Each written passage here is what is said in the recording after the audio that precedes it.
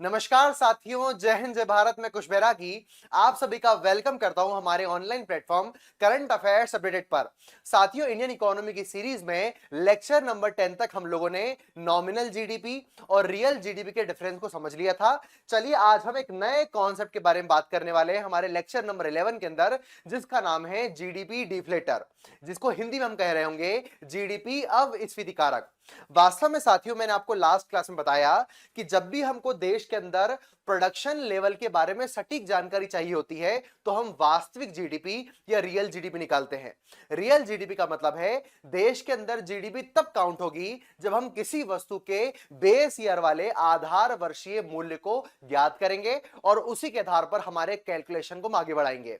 यहां पर जीडीपी तभी बढ़ेगी जब प्रोडक्शन बढ़ेगा, अन्यथा जीडीपी नहीं बढ़ेगी। ये बात हम लास्ट क्लास के अंदर कर चुके हैं।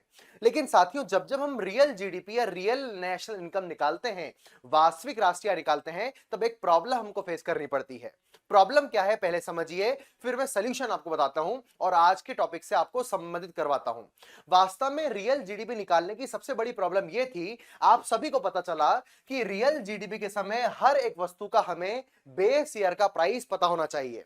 वास्तव में साथियों, मान के चलो कि हमने बेस ईयर मान के रखा हुआ है 2020 और 2020 में जो भी वस्तु जिस कीमत में बनती है उसी कीमत के आधार पर 2026 में भी हम देश की रियल जीडीपी निकालेंगे।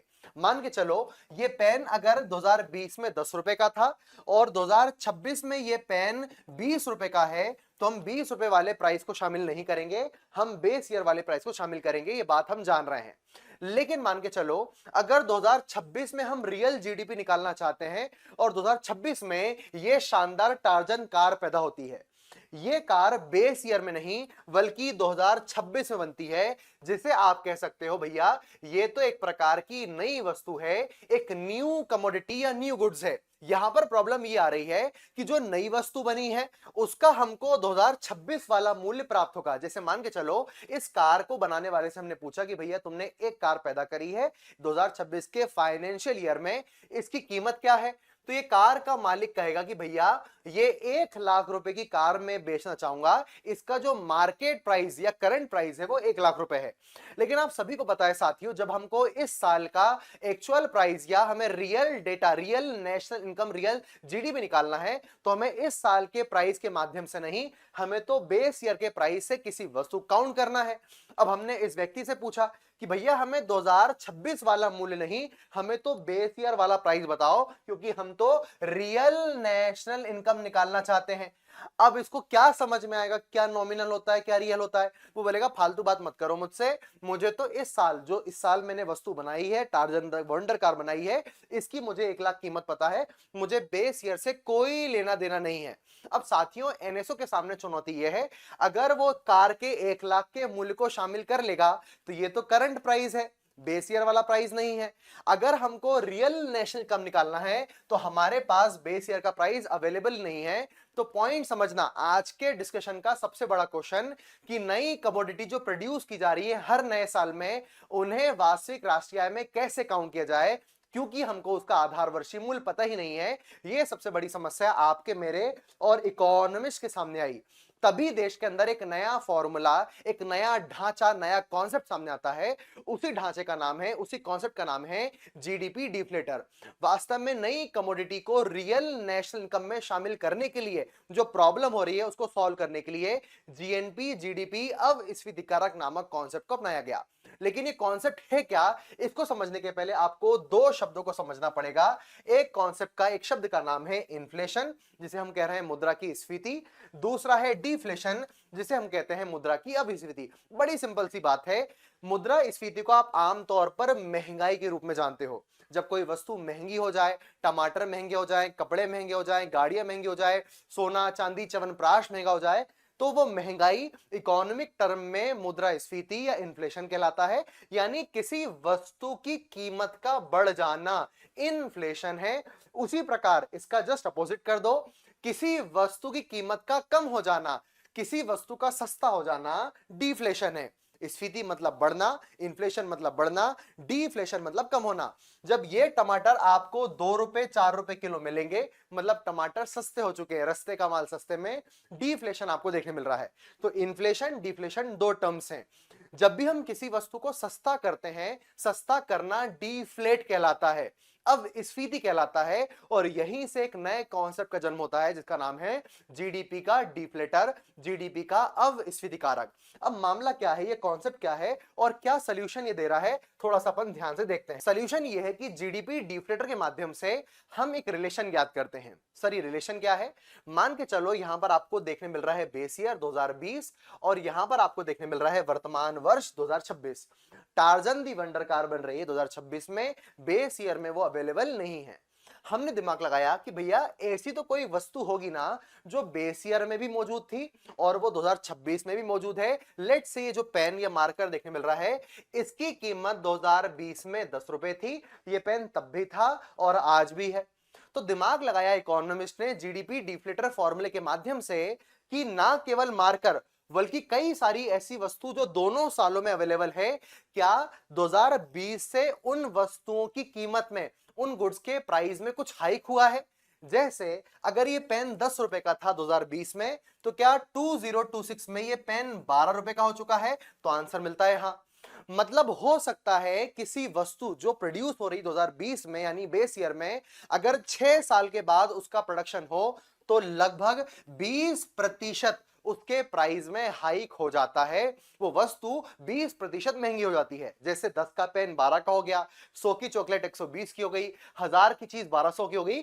कई सारी वस्तुओं के आधार पर जीएनपी जीडीपी डिफ्लेटर के फॉर्मूले के माध्यम से हमने एक रिलेशन ज्ञात किया और वास्तव में साथियों ये रिलेशन था इन्फ्लेशन का, यानी महंगाई का, कि भैया कोई वस्तु 6 सालों में कितनी महंगी हो जा रही है, बेस ईयर से लेकर आज के साल में कितनी महंगाई हो जा रही है। तो हमें एक रेट मिल गया कि 20% का इन्फ्लेशन रेट, महंगाई की दर हमको देखने मिल रही है पिछले 6 सालों में। तो हम ये दिमाग लगाएंगे कि अगर ये टार्जन दी वंडर कार 6 साल पहले बनी होती, सोच के देखो, जो चीज आज से 6 साल पहले बन रही है और फिर आज बन रही है वो महंगी होती जा रही है। तो हमने दिमाग ये लगाया कि क्योंकि हमारे पास में इन्फ्लेशन रेट का तो मामला आ चुका है, ये फैक्ट हमारे पास आ चुका है 20% हाइक का, तो हमने दिमाग लगाया कि अगर ये कार 2020 में बन रही होती तो पक्की बात है ये महंगी होती, सस्ती होती, सीधी बात है सस्ती होती। तो टार्जन दी वंडर कार को हम 20% के इन्फ्लेशन रेट से, ये जो भी हमारे पास रेट आया है, जो भी हमने जोड़ गुना घटाव किया है, इस कार के प्राइस को हम कम कर देंगे। और सारे लोग को पता होना चाहिए किसी भी वस्तु की कीमत कम कर देना डिफ्लेशन कहलाता है, डिफ्लेटिंग कहलाता है, अब इसी कहलाता है। तो मान के चलो ये कार थी 1 लाख रुपए की और हमने मान के चल लिया कि अगर ये कार 2020 में बनी होती तो भैया इसकी कीमत 1 लाख नहीं 80,000 होती। मान लिया, अपने अनुमान के आधार पर, अपने कैलकुलेशन के आधार पर हमने इस कार की 2020 वाली एक एस्टिमेटेड कीमत ज्ञात कर ली और अब हमारे पास दो कीमतें हैं, एक करंट ईयर की 1 लाख वाली कीमत और एक बेस ईयर की अनुमानित 80,000 वाली कीमत। तो भैया अब हमको रियल नेशनल इनकम निकालना है। हर वस्तु का हमको बेस ईयर वाला प्राइस चाहिए, तो जिसका है वो तो काउंट कर ही लेंगे, जिसका नहीं है उसको डिफ्लेट करके हम ऐसा प्राइस निकालेंगे और रियल नेशनल इनकम या वास्तविक जीडी के बारे में हम अपना कैलकुलेशन पूरा करेंगे। साथियों यही थॉट सबसे इंपॉर्टेंट था नई वस्तु को समाहित करने का। यहां पर आपको एक फॉर्मूला देखने मिल रहा है जो प्रीलिम्स के अंदर बार बार आता है, गलती से भी आपको नहीं भूलना है। GDP deflator is equal to, पहले हम निकालेंगे नॉमिनल जीडीपी, कल बता चुका हूं, बटे में रखेंगे, इसके नीचे रखेंगे रियल जीडीपी, इनटू कर देंगे 100 और इसी के माध्यम से हमको इन्फ्लेशन का एक रेट पता चलेगा। इसी रेट को माइनस करके हमें कार के प्राइस को कम करना है, डिफ्लेट करना है और एक बेस ईयर वाली प्राइस को निकालना है। इतनी सी कहानी आपको समझना है। ये क्वेश्चन आपको प्री और मेंस दोनों में देखने मिल सकता है। अगर आप ऐसे ही कॉन्सेप्ट को क्लियर करना चाहते हैं, इंडियन इकोनॉमी की सीरीज में बेसिक से लेकर एडवांस टॉपिक कंप्लीट करना चाहते हैं, तो करंट अफेयर्स के यूट्यूब प्लेटफॉर्म पर जुड़े रहना है। हमारे एप्लीकेशन को डाउनलोड करना है, देवाशीष क्लासेस। यहां पर कई सारे कूपन कोड दिए गए हैं, इन्हें अप्लाई करके आप ना केवल इकोनॉमी बल्कि मल्टीपल सब्जेक्ट को पढ़ सकते हो। भैया बाइलिंगुअल क्लास को आप एक्सेस कर सकते हो। तो भैया जुड़े रहिए और जीडीपी डिफ्लेटर जैसे कोर कॉन्सेप्ट कंप्लीट कीजिए। मैं आशा करता हूं कि इतना टफ टॉपिक आपको बड़े आसानी से समझ में आया होगा। कमेंट सेशन में बता देना। अगला एक और चीज मैंने देखा, मेरे लास्ट वीडियो पर एक कमेंट आया था, एक प्रश्न आया था। मैं रोज एक प्रयास करूंगा कि अगर आप कमेंट बॉक्स में मेरे लेक्चर के नीचे कोई प्रश्न पूछते हो जो सबके साथ डिस्कस करना आवश्यक है और यूजफुल क्वेश्चन है, तो मैं उसे ऐसे स्लाइड बनाकर आंसर दूंगा। जैसे यहां पर आपको देखने मिल रहा है, जो मैंने नॉमिनल जीडीपी वाला लेक्चर समझाया था, how do you choose base year, हम कैसे, मतलब देश के अंदर सरकार कैसे तय करती है कि भैया बेस ईयर कौन सा होना चाहिए। बेस ईयर का मतलब जिसके आधार पर हम रियल नेशनल इनकम काउंट करेंगे, ये कैसे चूज किया जाता है। पहले बात को समझिए, देश के अंदर एनएसओ के द्वारा बेस ईयर सिलेक्ट होता है। एनएसओ डिसाइड करेगा कि 2011-12 रखना है, 4-5 रखना है, जो भी रखना है। प्रश्न आता है कि सर वर्तमान में बेस ईयर क्या है, तो 2011-12 के आधार पर अभी तक जितनी आपको जीडीपी की कैलकुलेशन देखने मिल रही है वो आई जा रही है। लेकिन हाल ही में सरकार ने निर्णय लिया है कि हमने अपने बेस ईयर को चेंज करके 2022-23 पर शिफ्ट कर दिया है। तो 2026 से आपको जो डेटा देखने मिलेंगे वो नए बेस ईयर के आधार पर होंगे, जिसका नाम है 22-23। तो ये क्वेश्चन भी आपको एग्जाम में देखने मिल सकता है, हाल ही में सरकार ने बेस ईयर चेंज किया है जीडीपी काउंटेशन के लिए, वो कौन सा है। तो 11-12 मत मार देना भैया, 22-23 सरकार ने चेंज कर लिया है। इन्फ्लेशन के लिए 23-24 है, उसकी बात हम बाद में करेंगे, लेकिन आपको ये देखने मिल रहा है। 11-12 के पहले आपको 2004-5 भी देखने मिल रहा था, लेकिन आपको 3 टाइम्स आपको ये चेंज होते देखने मिल रहा है। अब जो प्रश्न है कि how do you choose, sir हम कैसे चूज करेंगे, एनएसओ कैसे चूज करेगा कि आधार वर्ष कैसा होना चाहिए। सोच के देखो साथियों, आधार वर्ष का मतलब ऐसा वर्ष जिसकी कीमतें आने वाले काउंटेशन में बहुत इंपॉर्टेंट रोल प्ले करेंगी। तो आधार वर्ष ऐसा वर्ष होना चाहिए इस साल किसी वस्तु की कीमत स्टेबल रही हो, देश के अंदर गुड्स और सर्विस का प्रोडक्शन अच्छा रहा हो, देश में वॉर नहीं हुआ हो, देश के अंदर मंदी नहीं आई हो, क्योंकि मंदी आएगी, लॉकडाउन आएगा, कोरोना आएगा, तो भैया जीडीपी फ्लक्चुएशन आएगा और कीमतें हो सकती हैं या तो डिफ्लेशन में हो जाए या इन्फ्लेशन में चले आए। एक ऐसा साल जिस साल महंगाई की दर स्थिर हो, महंगाई कंट्रोल हो और सरकार को, एनएसए को लग रहा हो कि भैया ये साल बढ़िया आइडियल साल है, किसी भी वस्तु की कीमत को हम याला स्वीकार कर सकते हैं, एक्सेप्ट कर सकते हैं, ऐसे साल को हम बेस ईयर मानते हैं। साथियों, सरकार ने 2011-12 को जब बेस ईयर सिलेक्ट किया तो सरकार की प्लानिंग चल रही थी कि हम 2016-17 को बेस ईयर चेंज करके नया बनाएंगे। लेकिन 2016-17 में आपको देखने मिल रहा है नोटबंदी का प्रभाव आता है और नोटबंदी के चलते इकोनॉमी डल हो जाती है, इस कारण से बेस ईयर 2016-17 नहीं बन पाता। फिर सरकार प्लानिंग करती है कि भैया हम 2019-20 को अपना बेस ईयर बनाएंगे, लेकिन कोरोना आ जाता है, कोरोना के चलते जीडीपी ग्रोथ रेट नेगेटिव चली जाती है और इस कारण से ये साल भी बेस ईयर नहीं बन पाता।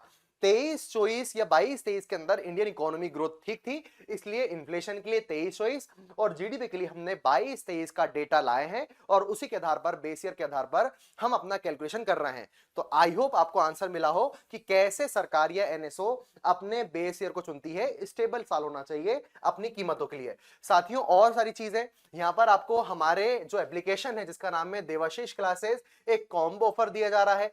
करंट अफेयर्स की क्लासेस आपको यहां पर देखने मिलेंगी, ना केवल करंट अफेयर्स बल्कि आपको स्टैटिक जीके के क्वेश्चंस और उसके पीडीएफ देखने मिलेंगे। तो भैया तैयारी को शानदार करना है, मल्टीपल एग्जाम को क्रैक करना है, तो हमारा एप्लीकेशन और यूट्यूब छोड़ के नहीं जाना है। चलिए, मैंने वही जो परंपरा स्टार्ट करी है, आपके सामने कुछ क्वेश्चन रखूंगा, आप क्वेश्चन सॉल्व करने होंगे। आज का प्रश्न क्या है, जीएनपी डिफ्लेटर का उपयोग किसके लिए किया जाता है, कमेंट में आंसर आना चाहिए। GDP deflator use to measure which of the followings. Number A आपको देखने मिल रहा है बेरोजगारी की दर, अभी जो मैंने आपको पढ़ाया, क्या उसका यूज बेरोजगारी की दर के लिए होता है। दूसरा देखने मिल रहा है इन्फ्लेशन, तीसरा देखने मिल रहा है गरीबी रेखा, पॉवर्टी लाइन, चौथा देखने मिल रहा है बैलेंस ऑफ पेमेंट, भुगतान संतुलन। तो ए बी सी डी में से इसका आंसर दीजिए, समझ पा रहे हैं। तो ये है क्वेश्चन नंबर 1। तो क्वेश्चन नंबर 1 का आप आंसर देना, मैं कमेंट सेशन में अगले दिन सही आंसर पिन करवा दूंगा। क्वेश्चन नंबर 2 आपको देखने मिलेगा, जीएनपी डिफ्लेटर क्या मापता है, what does GNP deflator measures. केवल उपभोक्ता वस्तुओं की कीमतें, ओनली कंज्यूमर गुड्स के प्राइस मापता है भैया। ग्रोथ इन नेशनल इनकम मापता है भैया। और वस्तु सेवाओं के औसत मूल्य में परिवर्तन, change in average price level of the goods and service मापता है भैया। या केवल निर्यात की कीमतें, ओनली एक्सपोर्ट प्राइस मापता है। इन 4 ऑप्शन को बड़े ध्यान से पढ़ना। कल के प्रश्नों के आंसर मेरे पास आए नहीं है, इसलिए मैंने पिन नहीं कराया है। जब तक आप कमेंट नहीं करोगे तब तक मैं सही आंसर नहीं बताऊंगा। और मेरा ये मानना है कि ये क्वेश्चंस लगातार आपके एग्जाम में आएंगे, तो जुड़े रहना है, क्वेश्चंस के आंसर करना है। कुछ डाउट हो तो कमेंट में डालना है, ताकि आपका स्क्रीनशॉट लगाकर, आपका नाम नहीं लूंगा लेकिन आंसर जरूर दूंगा। तब तक के लिए धन्यवाद। जय हिंद, जय